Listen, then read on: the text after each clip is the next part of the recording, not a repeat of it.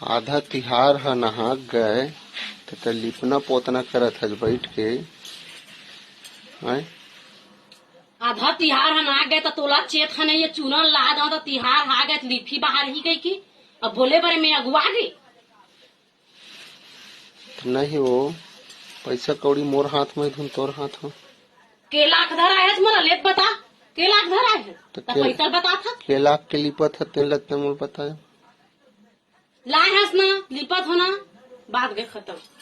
हाँ तो वो दिन दे रही थी ना तो ही दिन आ गई थी साधा तिहार है नहीं ना हकती और लिपबो करत है तो इसे लिपत है जना मना नहीं वो लिपनल ज्यादा तो तय घिसलत है। दिमाग खराब मत कर बता रहे था दिमाग खराब वाले बातें नहीं आधा दिन में तय लिपाई पोते करत है बता।